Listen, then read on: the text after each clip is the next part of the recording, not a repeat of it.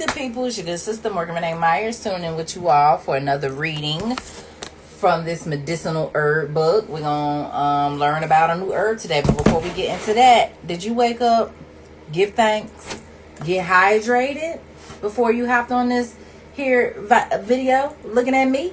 If not, take some time to do that. Get some stretching, some meditation, some affirmations, some prayer time, some time to yourself, some goal setting. Live Alkaline Water is locally sourced out of Yadkinville, North Carolina. We ship all over and we deliver up and down the East Coast. I got brothers out in North Carolina, in the DMV area, Philly, Delaware, Jersey. I'm in Florida. So we can get this to you, okay? I'm in Jacksonville, Florida. If you need to quench your thirst, we have bottles, which I can't. We have bottles, and then we also have gallons, and then we also have a subscription. If you want to do like 5 gallons or more, we have a subscription. We're also doing a campaign, More Than Water campaign, where you guys can donate money and water to those in need and things of that nature. So www.heavyenergyuniversity.com is the website you can go to order, and then you can use my code MORAMI21 to get a little discount account. But either way, hydrate. Naturally alkaline spring water. And then also I have me a nice homemade smoothie because I'm trying to save some money. Stop buying smoothies and other stuff I don't need. This has mango, strawberry, pineapple. I added the trilogy, hemp seed, chia seed, and flaxseed, and a little bit of apple juice. So, but let's get into these herbs. Let's see which herb we're about to learn about today. I'm feeling good. My 34th birthday was yesterday. It was great. Now let's see. Let's get back to our regularly scheduled program. You know, birthdays be like a whole holiday. All right, let's see. So anybody out there watching, y'all pick a number. I'm gonna let y'all choose what we read. This book got how many pages? Y'all pick a number between 1 and 347. Oh, the one person I seen on there ain't on there no more. All right, well, we're gonna find one. Oh, wait. It wasn't just a herb. It was like a whole detailed something or another about something. Morgan, just pick a damn herb. All right. Open right up the one. Chamomile. Okay. Oh, hold on. Chamomile. I love chamomile. I love growing chamomile. From what I know about it, it's a very calming herb. It's great to have before bedtime. It's a great relaxing herb. Uh-oh. What did I say? Oh, okay now. All right, chamomile. Now, I don't do so well at pronouncing some of these, and I don't have my desktop set up today to be able to Google the pronunciation of some of these, so y'all bear with me, okay? All right, so chamomile, the proper name is Matricaria recutita. Y'all see. All right, chamomile. After a rain or when lightly bruised, chamomile's lacy green leaves and small daisy-like flowers give off the distinct scent of apple. That may explain the Spanish name for this herb, manzanilla. I'm assuming because it got 2 L's, so it shouldn't be manzanilla. It should be manzanilla. Because 2 L's make a J sound in Spanish, I believe. Anyways, which means little apple, as well as the medieval habit of strewing chamomile stems and flowers across the floors to freshen the air indoors. 2 very closely related species of chamomile have earned a time-honored place in herbal medicine. German chamomile, or Matricaria recutita, has similar effects to Roman or English chamomile, or Chamomile nobile, but a less pronounced aroma. Both varieties of this herb have been prized for many centuries, especially brewed as a pleasant tasting tea, as a remedy for nervous tension, muscle cramps, skin conditions, and digestive upsets in babies, children, and adults. Chamomile is perhaps the most commonly used European herb in herbal medicine today.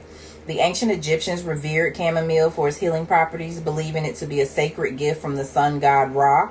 It was used medicinally, cosmetically, and in mummifying the dead. Greek physicians prescribed chamomile for fevers and gynecological problems. Chamomile found its way into European herbal medicine as early as the 1st century AD during the Middle Ages. It was an essential plant in monastery gardens. Herbals of the time comment on its use to ease digestive complaints and tension, aid sleep, and dissolve kidney stones and gallstones. Introduced to North America by European colonists in the 16th century, it was prescribed in the 1800s to treat digestive problems and skin conditions. Chamomile remains a popular treatment for digestive and inflammatory conditions. In modern herbal medicine, it is suggested for indigenous heartburn, I'm like, sometimes when you read it and you read them wrong, you got to make sense of what you're saying. Not indigenous, indigestion. In modern herbal medicine, it is suggested for indigestion, heartburn, flatulence, diarrhea, gastritis, infant colic, Crohn's disease, and irritable bowel syndrome. It is recommended to relieve muscle tension and to ease anxiety. Apply externally. Chamomile soothes irritated or inflamed skin, including eczema. That's good to know. I got a little patch here on the side of my hand. Might need to find me some chamomile cream. Used as a mouthwash, chamomile has been found to prevent mouth sores associated with chemotherapy and radiation. Wow. So let me just give you a close-up of the plant again. Grateful Rise, B. It was so great seeing you yesterday at Kwanzaa. Thank you for your love and energy for my birthday. Oh my God, I'm so grateful for the good sisters out here in Jacksonville. Building sisterhood is very important to me in this season, and I have come across some really amazing women. Give thanks for you all. So at the bottom, it gives us like a timeline of some things. So it says, treasured for centuries, chamomile's daisy-like blooms are the source of its power to soothe the digestive tract. We got CA, which I got to look that up when I'm off camera. CA 1550 BC, which we know stands before Christ. Chamomile's medicinal use first recorded in Codex Ebers in ancient Egypt. I feel like a lot of this stuff be coming out of ancient Egypt. Sips smoothie. AD 1500s. European, so AD is after death. European colonists introduced chamomile to North America. 1653, herbalist N. Culpeper touts chamomile as a digestive aid in the English Physician, and in 1987, Germans named chamomile medicinal plant of the year. Okay, Egypt is coming up a lot for me recently. The more I'm studying and stuff, a lot of stuff do be going back to Egypt. So let me show you this pretty cool picture of how they're like harvesting this plant, because let me go back. You have, so this is the part that you want to save and dry out for your teas. I don't recall when every time I bought chamomile where it have like the stems and all that, the green parts. It's usually got the yellow and the white part of the flower. And so before I even read, I'm just assuming that this is a great way to harvest and maybe separate the bulb of the flower, the yellow part, from the rest of it. But let's read and find out. So it says, hand harvesting chamomile entails carefully removing the petite flower heads with tools such as this berry rake. Okay. So the common name is chamomile. The scientific name is Matricaria racutia. The family is Asteraceae. And I may be mispronouncing these. Like I said, I don't have my desktop set up behind my phone today to Google and hear the pronunciation, so we're going to make do. Parts used are the dry flower heads and oil, and then the native range is Europe. So there are 6 species in the genus Matricaria. In many herb guides, German chamomile is designated Matricaria chamomilla and Matricaria racutia, causing some confusion. German chamomile is an erect, smooth stem annual from 4 to 16 inches tall and much branched above. The feathery leaves have narrow, divided segments. The flowers look like small daisies, about an inch or less across. Chamomile is one of numerous small flowers in the aster family, distinguished by their technical characteristics. Slovak chamomile specialist Ivan Solomon has identified 4 basic chemical types of German chamomile. The categories are based on chemotypes, or distinct chemical groups containing certain constituents in their essential oils. Commercial producers select these variations based on the specifications for a final product. Selection and breeding programs have resulted in producing higher quality chamomile with more stable, predictable components and higher levels of active ingredients. In addition to genetic differences, quality and quantity of essential oils depend on variables such as environmental factors, cultivation practices, plant parts and age, and post-harvest handling. Growing habits. Chamomile has been cultivated for centuries, probably originating in southeastern Europe, but today grows throughout Europe. Introduced to North America by European settlers, it is found throughout eastern North America. Another species of chamomile known as, let me pause right there. So that makes for a great point. Where things are harvested, they may have come from one country to another, but then it's saying that these are mostly found throughout the eastern part of the United States. So if something doesn't grow as well as it would in North Carolina and California because of temperature differences or whatever, when you are, I guess, purchasing herbs, it's always great to purchase from well-known and familiar herbalists. So that takes a bit of research too, especially if you're totally unaware of anything. But then the herbalist job, which I am not, I do not claim to be a herbalist now, but I'm trying to learn and study and get to know my body and what needs to go in it more. But that's where I think that's their due diligence and responsibility, is getting an understanding. Where are they getting their herbs from? How are they harvested? How pure, because they're even was just mentioning with the essential oils, they're taking basically the best of the best and what have these the best active ingredients and growing them in a proper way so that they can make the most efficient quality product. Okay, so I just wanted to point that out. But that's interesting that they specified that, it was brought to America, but it is found throughout eastern North America. All right. Another species of chamomile known as English or Roman chamomile. Ooh, these names, boy. Chamomile nobile or Anthemis nobilis is a perennial that is primarily grown in England and popular among herb gardeners for its foliage. In dried chamomile flowers, it is easy to tell the difference between German and English chamomile by cutting a flower head in half longitudinally. The receptacle, the end of the stalk-bearing flowers, in German chamomile is hollow within.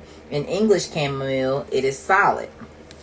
All right, so the cultivation and harvesting. Chamomile is easily grown from seed and self-sows freely. If allowed to go to seed, chamomile will be found at garden's edge the following spring, growing on its own. From sowing seed to flowering, chamomile is a short-lived annual lasting about 8 weeks, germinating in early spring and completing its growing cycle by the end of June. German chamomile likes full sun and will grow in almost any soil. It does well in sandy loam with good drainage. Chamomile is a cool weather plant that does best in spring and early summer, wilting under summer heat, which I've seen happen. It is grown commercially in Eastern Europe, particularly Slovakia, Czech Republic, and Hungary. Argentina and Egypt are also major producers of chamomile flowers. Specialized modified combines that comb flowers from row planting are used for flower harvest. Therapeutic uses: digestive aid, colic, mouth ulcers, eczema.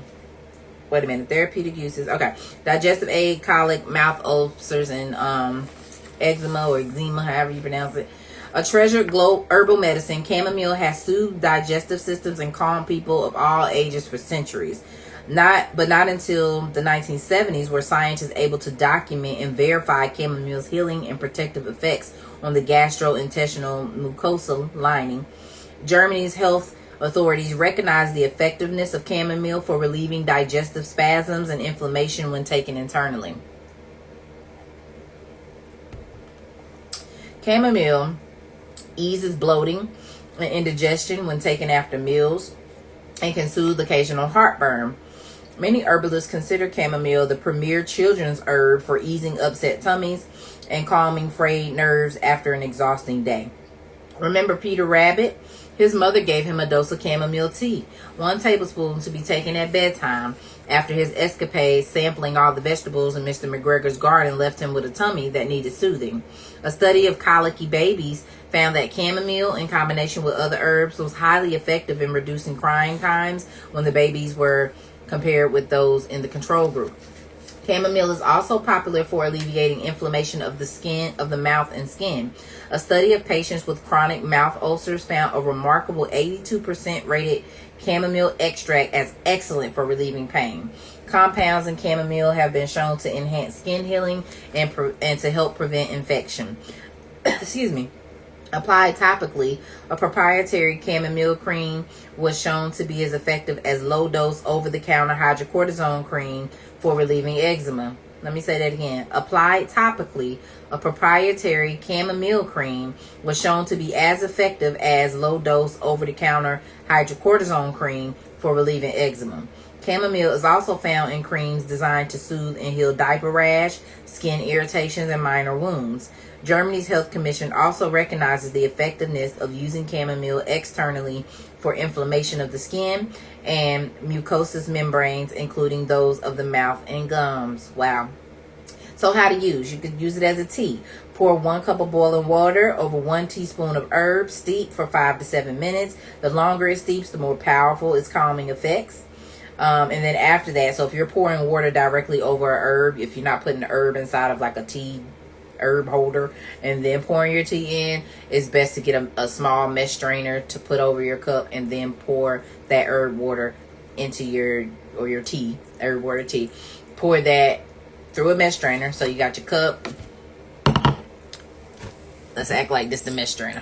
You got your empty cup, you got your mesh strainer, you got your boiled water with your tea leaves and all that just boiling. And so this the mesh strainer. You will pour it into the mesh strainer and it will come out and all the herbs will be left in the strainer, and now you just have the liquid tea. Because I know that can be aggravating, especially if you're trying to get on this health kick, trying to drink a tea. Tea might not be for you. You might be a coffee girl or gal.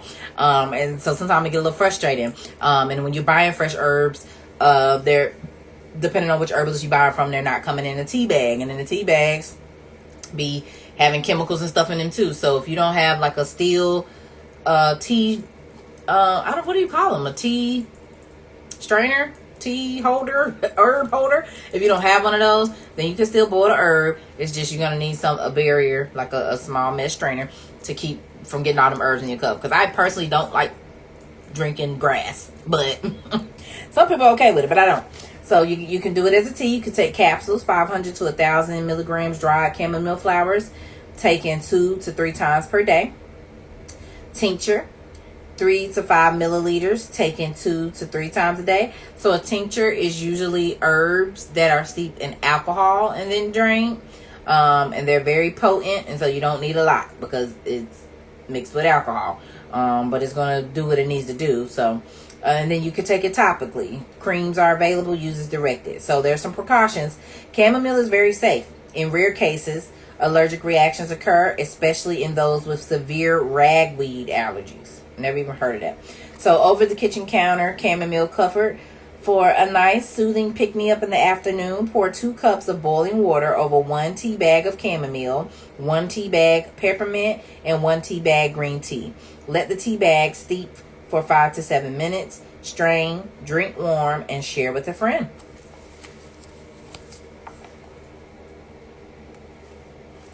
All right, and I believe that is the end of chamomile. We got fennel coming up next, but we will get into another herb another time. Thank y'all for tuning in. Hope you learned something new. I'm excited to be learning and growing and doing better and taking my health seriously and into my own hands. So, yeah, I'll be back with you guys soon. I hope y'all have a blessed rest of y'all day. Peace and love.